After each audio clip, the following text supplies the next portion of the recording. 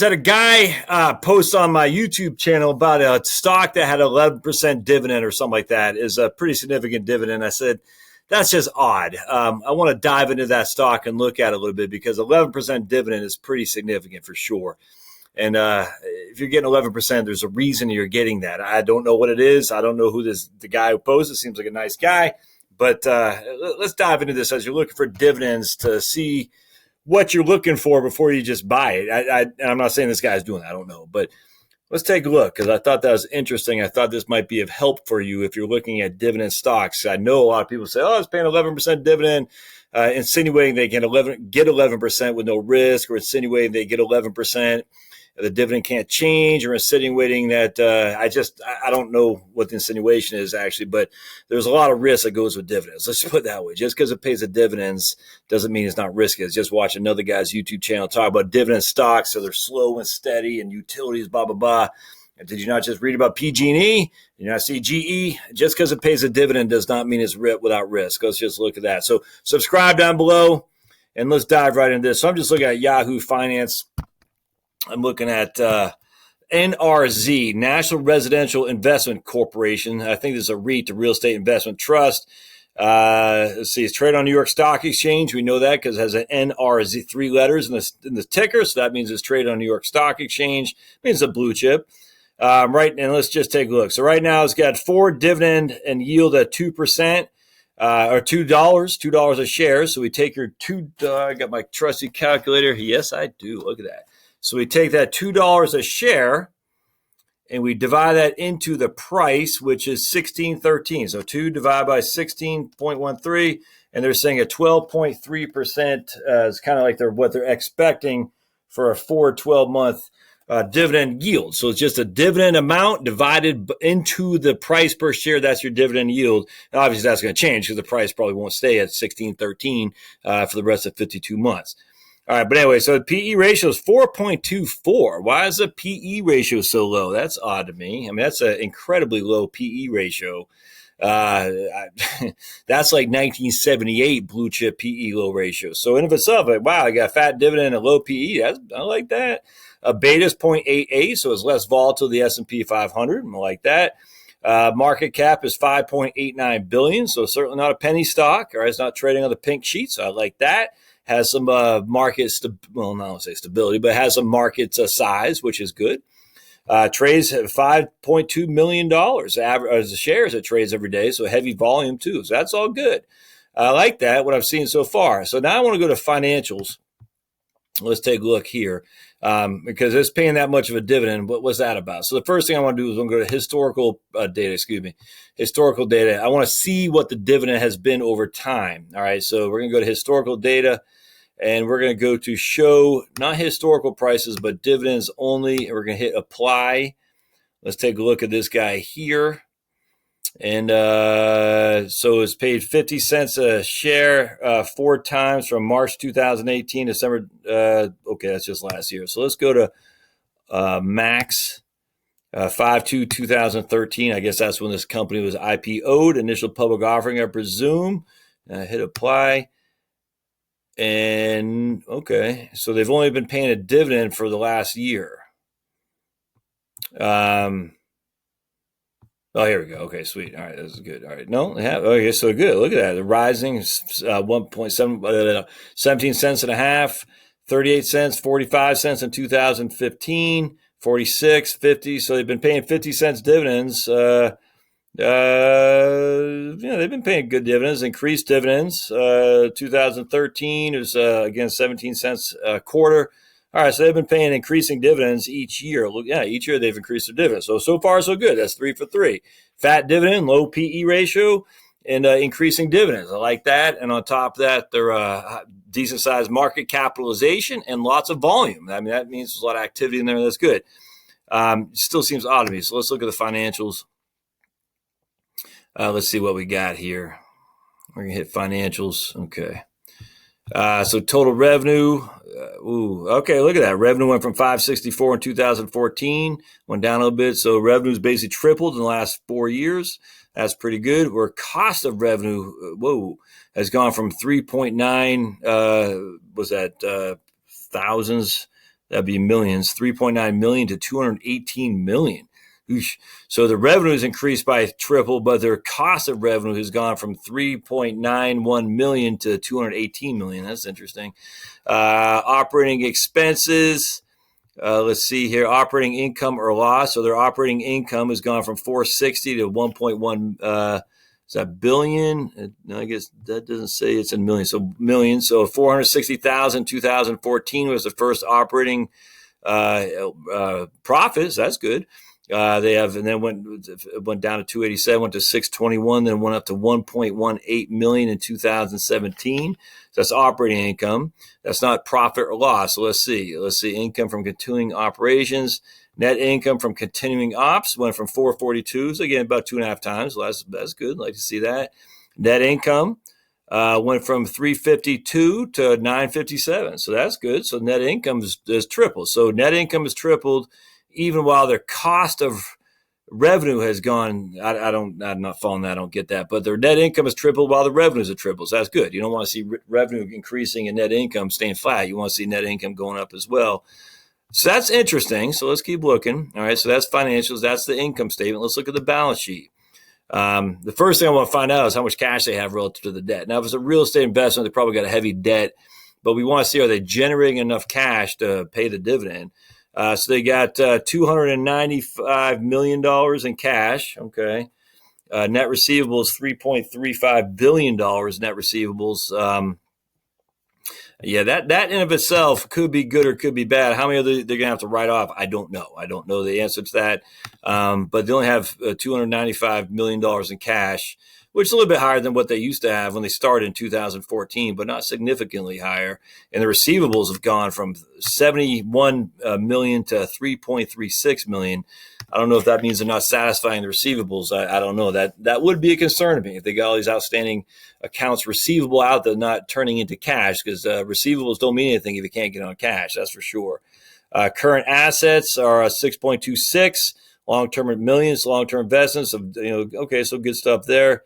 Tangible assets, I don't know what that is. And so their total assets have gone from 8 million to 22 million. That's fine, but it could be just driven from liabilities. Let's see.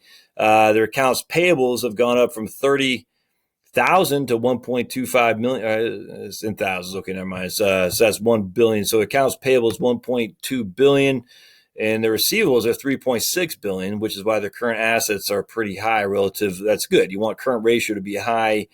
But their current liabilities are 8 billion, and their long-term debt's 9 billion. So the current liabilities have gone up 4 times basically.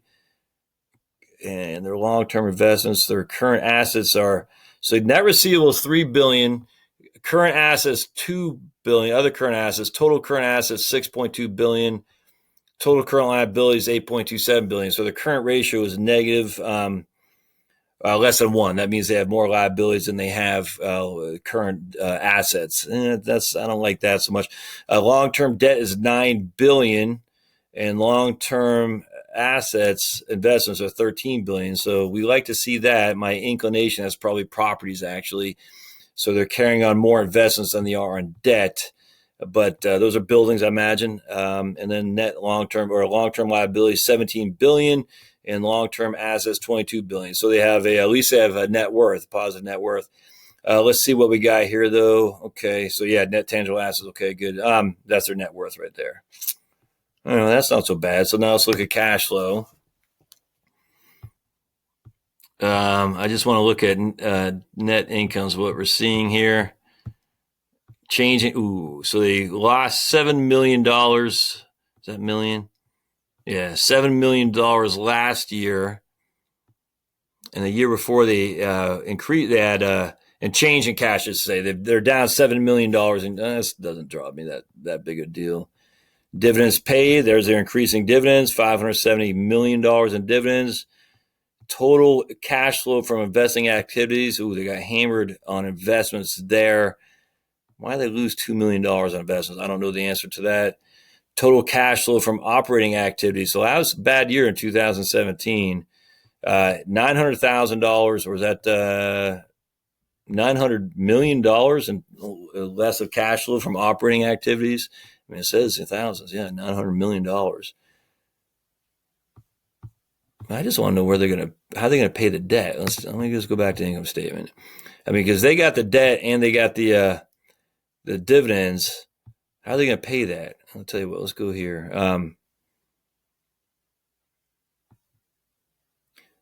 Yeah, so let's take a look here. Operating. So they made money before interest expense and whatnot. So that's good. Net income plan. So they're making net income. Yeah, so why is this thing getting killed so much? They only got $295 million in cash. That's all they got though, and see that's my concern. They got all that in cash, and their dividends are I mean, what did they pay last year in dividends? They got $295 million in cash. They took on debt. No, they didn't take on. They took on debt here, but they haven't taken on any long-term debt since then. I mean, they took on some. Don't get me wrong, but not short-term current liability. So they took on debt here from 2014 to 15. Where are they going to get the cash to pay the dividends? Because, I mean, if you got dividends right here, their dividends $517 million last year, right? Wasn't it that dividend, right? $570 million. Net borrowings. That's the thing, right? That's what I was looking for. Net borrowings right there. So total cash flow investing activities, negative $1.7 billion. The net borrowing was $2.55 billion. That would be my concern because they don't have enough cash on the side. They're not making enough, it doesn't look to me at least, to be able to have cash flow to pay the dividends. So are they borrowing to pay the dividends? That's the only thing I can see is that they're borrowing to pay the dividends because they did net borrowing right there, $2.55 billion. And they had to pay $570 million in dividends paid. And net income, $950. Oh, maybe they do. Yes, I don't know, man. That's just adjustments to net income.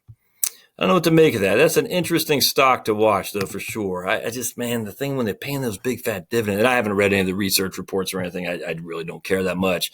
But the interesting thing is they got 12.71% forward projection. That's a yield right now. 12.71% with a low PE ratio. Why is that? I don't know. I don't know what's going on with that. It's just odd to me. So that's interesting to me. That might be something you put in your ticker to watch. But where are they getting the cash in order to pay? Here, let's look at the statistics. That was the financials. Let's look at here. This is what I actually want to look at too. Where are they getting the cash to pay for those dividends? What time is it? 3:50. Yeah, that's what I want to look. All right, so price to book is low, 0.95. That's what you want to see. You want to see low price to book for sure. Profit margin, they're making profits, operating return on assets, return on equity. Return on equity can be driven misleadingly by debt. Return on assets is positive. Income statement, they got 1.85 in revenue. Gross profit, 1.39 billion. They had year-over-year earnings decline. That doesn't mean it's gone south in terms of it's still making money, but they had a lot. Their earnings went down the last year over year. Okay, but that still is in the positive. That's good. Total cash $467 million. Total debt. See, that's my only concern. Total debt right there, $21 billion. But that could be those buildings right there. Yeah, there's our current ratio less than 1. I don't like that, but man, if I get a current ratio less than 1 instead of a price to book of less than 1, that might be a trade-off. Operating cash flow. See, that's the concern right there. Trailing 12 months. So something happened last year that put them back operating cash flow pretty big. I don't know what it is. Average 5-year average dividend yield 11.56. Payout ratio is pretty low. So I mean that just means that they have if they make $1 in profit, they're paying out 52.63 cents of that dollar to dividends. So that's good. I mean, you like a lower payout ratio for sure than a high. You don't want a payout rate. Well, I don't say that, but you don't want a payout ratio of over 100. That means they're literally borrowing to make the dividend payout, and they're not doing that here. At least I could see. And then you got a number 3 there. That's an interesting stock to me, guys. I'm not going to lie to you. I'm not buying it. I just why don't they get the They got the asterisk here, but I can't go down to see what they're saying. Well, anyway, so I don't like debt to equity 372. I don't like that. That means they got a lot more debt than equity. That's concerning to me. Cash per share is $1.38, which doesn't even cover the amount of the dividend. I mean, the dividend per share is $2 per year. So that's most recent quarter. So $1.38 cash per share, and the dividend per share is $2 for the most recent year. $467 million of cash, and their dividends alone are $570 million. So where's the rest? And then their operating cash flow is negative last year. Where's the rest of their dividend going to come from? I don't know. I mean, they're going to issue more debt. Well, they're already pretty heavy in debt. So I don't know. That's an interesting thing. They gross profit, their net income added to com $1.25 billion. So theoretically, they could take it from their net income to add to the dividend, but you still got to pay down some of this debt. Yeah, something to think about. So this is what I'm looking at when I look at these shares. I like the financials for sure. Current assets, price to book, current ratio, total cash, total debt to equity.